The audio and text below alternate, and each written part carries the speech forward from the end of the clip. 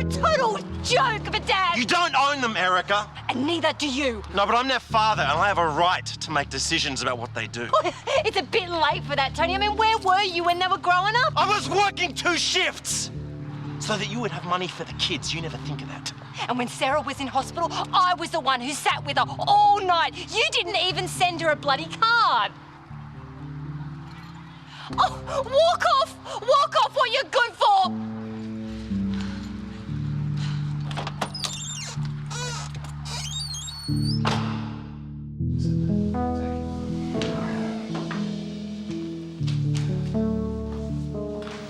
Welcome. Thank you for coming along today.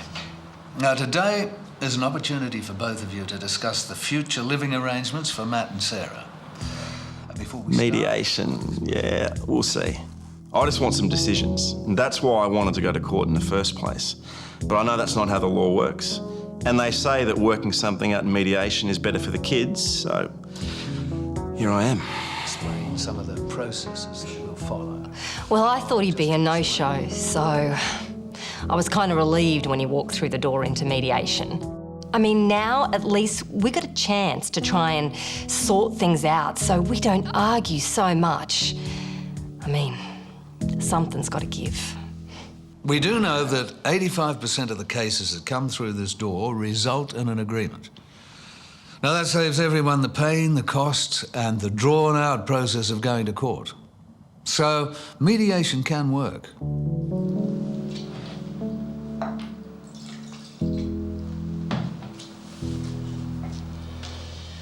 I booked Matt into this soccer camp months ago, and he loves his soccer, and he's good too. And the camp, it's not easy to get into, and Erica just decides to take him off to Coffs. I didn't just decide. I haven't seen my sister since Christmas, and I always said we'd go up during the holidays. No one told me, and besides, I don't like them staying up there, and you know that. You don't like my family, I know that. Okay. Tony, can you tell us why you don't like Erica taking the children up there? He doesn't like my sister. Yeah, just let Tony answer the question. Your sister's fine. She's not the problem. It's that dropkick she lives with. He knocks her around. He used to. He doesn't anymore. Bullshit. Let's hold it there for a bit. Right, now we've got some issues here. Let's put them up on the board. Right, one is about consulting each other about special arrangements for the children, right? I'll come back to that. And two is the concern about safety for the children when they're around your sister's husband. Now, that's something we might have a private session about later. Let's move on. I know for a fact that your mother called me a bludger in front of the kids just the other week. And that's just the start of it. Right. So there seems to be issues about the children hearing bad things being said about their mother.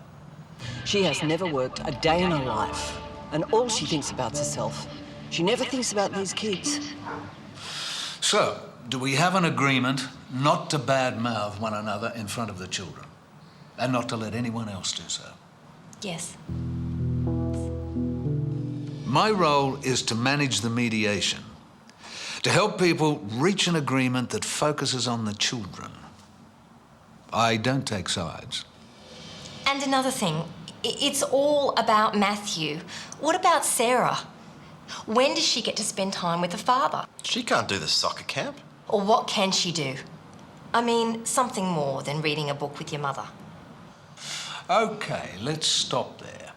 Now, this might be a good time for a private session. I'd like you to talk with your lawyers about all the issues that we've discussed so far. Grab yourself a tea or coffee. There are rooms next door where you and your lawyer can have some privacy.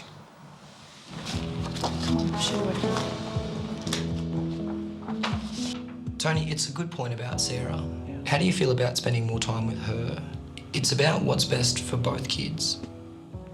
And what do you think about maybe doing a parenting course? Could give you some ideas about the sorts of things you and Sarah could do together.